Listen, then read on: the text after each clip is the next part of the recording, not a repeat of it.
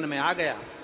इसलिए आज भी जिस बेटा बेटी का विवाह 35 साल 40 साल 30 साल हो गए और शादी नहीं हो रही हो, जिस बेटा बेटी का संबंध नहीं हो रहा, उससे निवेदन है पितृपक्ष में जो शिवरात्रि आ रही है, उस पितृपक्ष की शिवरात्रि के दिन एक बूंद घी, गौमाता का घृत, गाय के दूध से बना हुआ, गौमाता का गाय के दूध से बना हुआ घी एक उंगली में जरा सा लगाकर जिस लड़का लड़की का विवाह नहीं हो रहा हो वो लेकर जाए, शंकर के शिवलिंग पर उसका लेपन करे और उसी उंगली को अशोक सुंदरी वाली जगह पर पीवरी के नाम से, पितृपक्ष में सुखदेव जी महाराज की धर्म पत्नी पीवरी के नाम से अगर अशोक सुंदरी वाली जगह पर लगाकर एक लोटा जल भगवान शंकर को समर्पित कर दे तो उसका विवाह होता ही है। अगला पितृपक्ष आएगा उससे पहले उसका विवाह होगा ही होगा, विवाह होगा। गौमाता के दूध से बना हुआ घृत और निवेदन रहेगा सभी जिनके घर में अगर 35 साल 40 साल 30 साल 25 साल हो गए, 15 साल हो गए, 20 साल हो गए, शादी के बाद में अगर संतान का सुख नहीं हो रहा है, संतान का सुख, तो उनसे निवेदन करेंगे, उनसे निवेदन।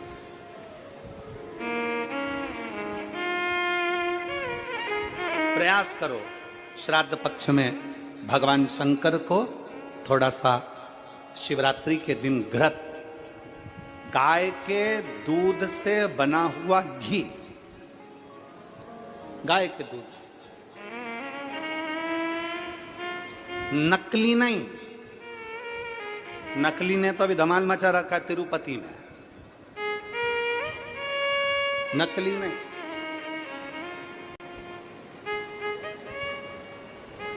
कल हमने कथा में कहा था, आप लोगों के स्मरण में है, कल कथा में कहा था जरूरी नहीं कि 5 लीटर दूध भगवान को चढ़ाया जाए, जरूरी नहीं कि 10 लीटर दूध भगवान को चढ़ाया जाए, जरूरी नहीं कि ढेर सारी सामग्री भगवान को चलाई जाए। शंकर भगवान की कथा कहती है अगर एक बूंद, एक चम्मच भी अगर आप दूध दे रहे हो, असली दीजिए, गौ माता का दीजिए। एक घी का दिया भी लगा रहे हो तो गाय के घृत से बना हुआ लगा, देसी गाय के घृत।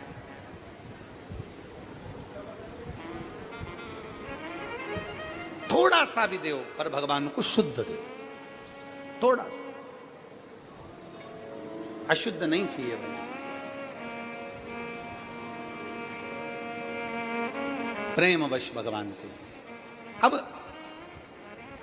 पीवरी ने मांगा तो निवेदन अगर बन सके, जिनके घर में संतान का सुख नहीं है, अगर ये शिवरात्रि जो आ रही है श्राद्ध पक्ष की, श्राद्ध पक्ष की शिवरात्रि मतलब पितृ और महादेव दोनों का वर हमको प्राप्त होता है। मान लो घर में पितृदोष हो गया, आहुत दोष हो गया, वासुक दोष हो गया, काल सर्प दोष हो गया, सारे दोष तुम्हारे पास में, कोई ने कह दिया मंगल हो गया, कोई ने कह दिया शनि चढ़ गया, कोई ने कह दिया बुध चढ़ गया, कोई ने कह दिया गुरु चढ़ गया, कुछ भी चढ़ जाए, तुम महादेव के पास जाइए। संतान का अगर सुख नहीं है तो बाबा देवादिदेव महादेव को घृत का लेपन कर कर उसी घृत का थोड़ा सा पान घर पर आकर दोनों पति पत्नी उसी घृत को लाकर उसका पान करो, घृत का लेपन करो, बाबा को जल चढ़ाओ। अगर लेपन नहीं कर सकते तो थोड़ा सा चढ़ाकर भी अगर लेकर आओगे और वो घृत का पान अगर करा है तो संतान का सुख होता ही है। पर ये केवल जो बताया जा रहा है ये पितृपक्ष के अंदर जो शिवरात्रि पड़ती है उसी में किया जाएगा, बाकी के समय नहीं किया जाएगा, केवल पितृपक्ष की। पितृपक्ष के अंदर जो बेटा कंपटीशन एग्जाम में बैठ रहा है, जो बेटा कहीं ना कहीं इंटरव्यू देने जा रहा है, उससे निवेदन है पढ़ने वाले बेटे से कि अपनी मेहनत को 4 गुना बढ़ा ले, अपनी मेहनत को 4 गुना बढ़ा, खूब पढ़ो, खूब अध्ययन करो। और जब इस पितृपक्ष की शिवरात्रि आ रही है तो पितृपक्ष की शिवरात्रि पर एक बेलपत्र पर हमेशा आप लोगों को कहा कि आप कभी भी परीक्षा देने जाना तो बेलपत्री की मध्य पत्ती पर शहद लगाना। पर अगर पितृपक्ष चल रहा है और पितृपक्ष की शिवरात्रि है तो मध्य पत्ती पर थोड़ा सा गौमाता का घृत, गाय का घी उस बीच वाली पत्ती पर लगाकर बाबा देवादिदेव महादेव को इस डंडी का मुख उत्तर की ओर, डंडी का मुख कहां पर हो, जम के बोलो जरा, उत्तर की ओर। उत्तर जानते हो मतलब जहां शंकर जी का पानी बहकर जाता है, उत्तर की ओर डंडी का मुख हो। अगर डंडी का मुख उत्तर की ओर रखा है और घृत लगा हुआ, आपने ये पितृपक्ष की शिवरात्रि पर अगर समर्पित किया है तो ये निश्चित है अगली शिवरात्रि जब आएगी पितृपक्ष की तो आपका पत्र उससे पहले इस व्यासपीठ पर जरूर मिलेगा, निश्चित। पितृपक्ष की शिवरात्रि साधारण नहीं है। पितृपक्ष की शिवरात्रि में एक भगवान शंकर और पितरों का एक आनंदमय भाव प्रकट होता है, आनंदमय भाव। जितने लोग आस्था चैनल पर सुन रहे हैं, फेसबुक यूट्यूब पर सुन रहे हैं, चावल हाथ में लेकर सुन रहे हैं, जो लोग पितरों का चित्र फोटो लेकर सुन रहे हैं, बड़े भाव से सुनिए, बड़े भाव से।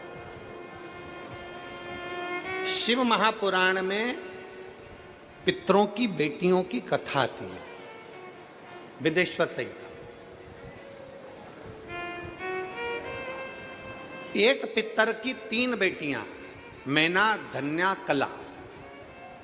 मैना जी की गोद में पार्वती जी, धन्या सुनैना बनी जिनकी गोद में माता सीता जी, कला कीर्ति बनी जिनकी गोद में राधा जी। ये पितरों की कन्या।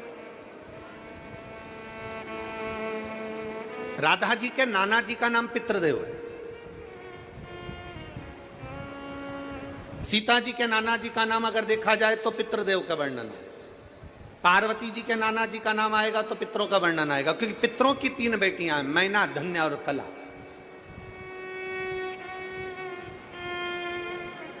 पितरों की 3 बेटियां, और ये तीनों बेटियां आनंद के साथ बैठी थी, और तीनों बेटियां भ्रमण करते करते कहीं पितृलोक में घूम रही थी। पितृलोक में जाते जाते बीच में सनकादि ऋषियों पर इनके वस्त्र का एक अंश, इनके वस्त्र का एक भाग सनकादि ऋषियों की जंघा पर पड़ गया। जंघा पर पड़ा तो उनके छोटे छोटे चरण थे जिसमें उनको घाव लग गया। घाव लगा, उन्होंने श्राप दे दिया कि तुम तीनों को मृत्यु लोक में जाना पड़ेगा, तुम तीनों को पृथ्वी लोक पर जाना पड़ेगा। तीनों हाथ जोड़कर विनय करने लगी, हम पृथ्वी लोक पर चले तो जाएंगे पर हमारा कल्याण कैसे होगा। तो तीनों से सनकादि ऋषियों ने कह दिया, तुम तीनों की गोद में 3 देवियां खेलेंगी। मैना, तुम्हारी गोद में पार्वती जी खेलेंगी। धन्या, तू सुनैना बनेगी, तेरी गोद में सीता जी खेलेंगी। कला, तू कीर्ति बनेगी, तेरी गोद में राधा जी खेलेंगी। ये 3 देवियां संसार का कल्याण करने वाली होंगी, तो तुम्हारा भी कल्याण अपने आप हो जाएगा, तुम्हारा भी। अब ये कथा तो अपन सुनते हुए आए कि पितरों की 3 बेटियों का। अब कथा आती है एक बब्रहाज नामक सुंदर लोक है पितरों का।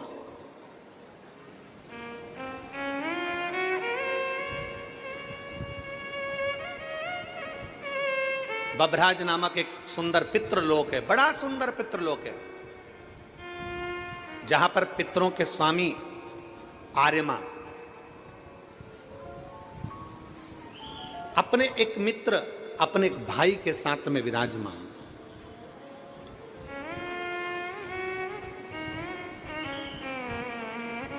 बब्रहाज नामक लोक में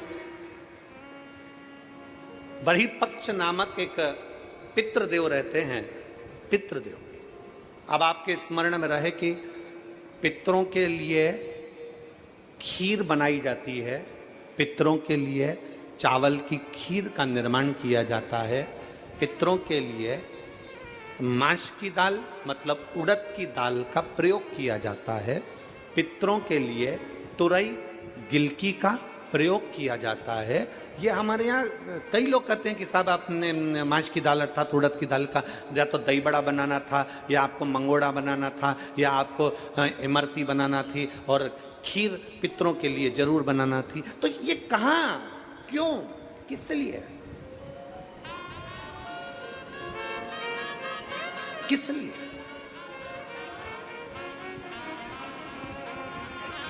शिव महापुराण की कथा कर रही है।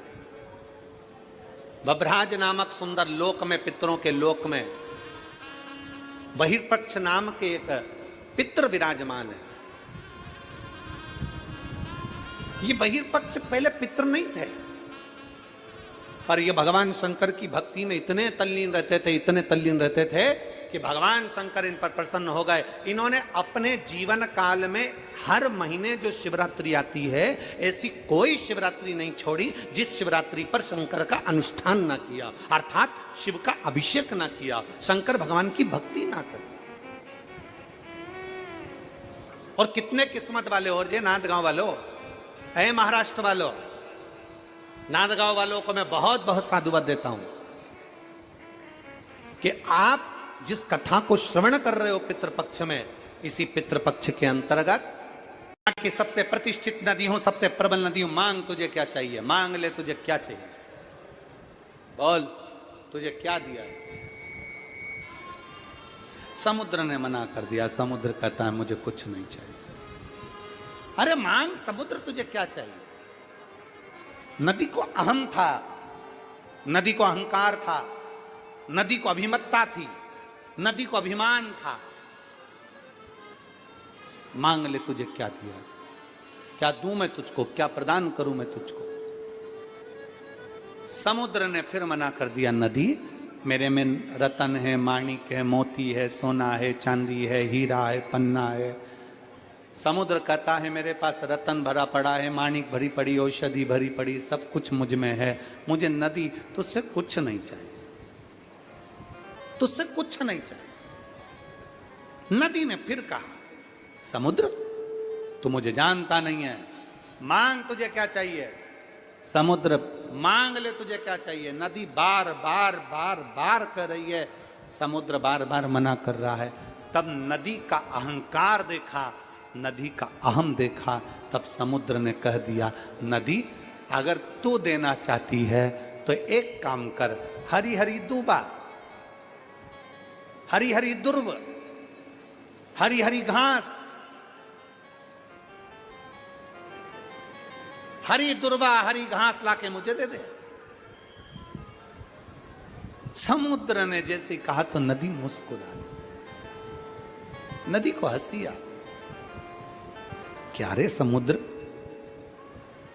मांग भी रहा है तो क्या मांग रहा है, हरी दुबा हरी घास, दूब दुर्वा।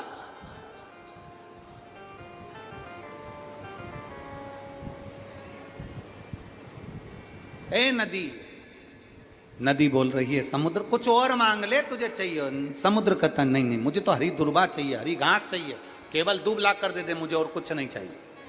नदी ने कहा मैं अभी लेकर आती हूं। नदी ने अपनी लहर फेंकी दुर्वा को उखाड़ने के लिए। छोटी छोटी दुर्वा लगी हुई थी। नदी अपना पानी का वेग फेंकती है, अपना अहम फेंकती है, पर वो दुर्वा टूट नहीं पाती। नदी ने फिर पानी का वेग फेंका, दुर्वा टूटी नहीं, घास टूटी नहीं। आखिरी में नदी हार गई और नदी हार कर समुद्र के पास पहुंची और समुद्र से कहा, समुद्र मैं दुर्वा नहीं ला सकी, मैं हरी हरी घास नहीं ला सकी, मुझे क्षमा कर दे। समुद्र ने कहा, नदी मैं जानता था कि तू दुर्वा नहीं ला सकती। क्यों नहीं ला सकती? क्योंकि उसका एक कारण है।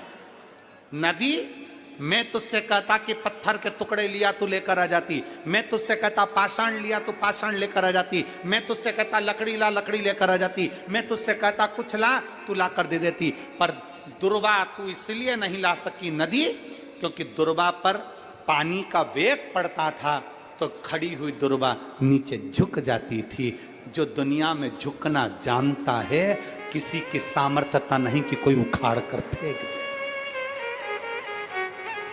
कौन फेंके?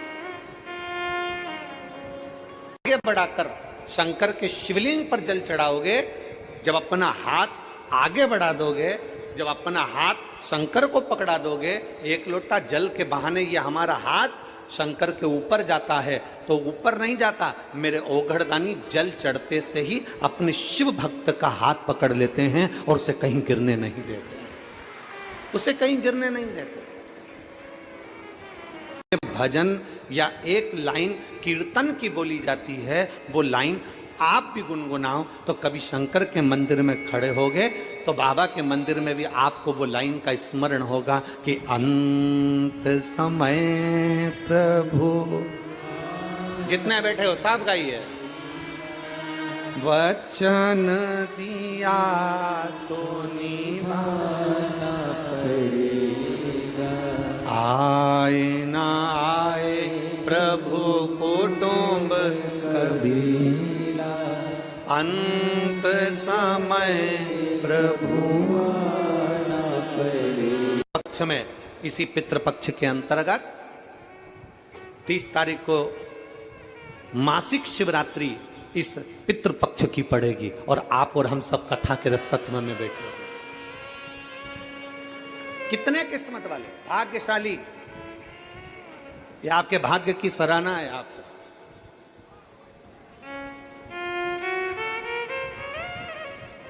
और आज कितनी तारीख है?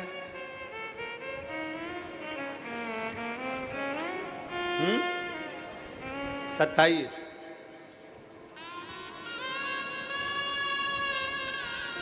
बाबा की भक्ति का एक आनंद अपने जीवन में हमें लेना है।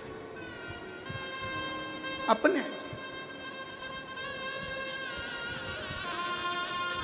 बरही पक्ष ऊपर सुन रहे हो और पंडाल में लाखों की संख्या में बैठकर इस पवित्र नांदगांव से कथा का रसपान कर रहे हो। अपने भीतर उतारिएगा कि पितृलोक कभी बुरा नहीं होता, पितृलोक कभी बेकार नहीं होता, पितृपक्ष कभी बेकार नहीं होता।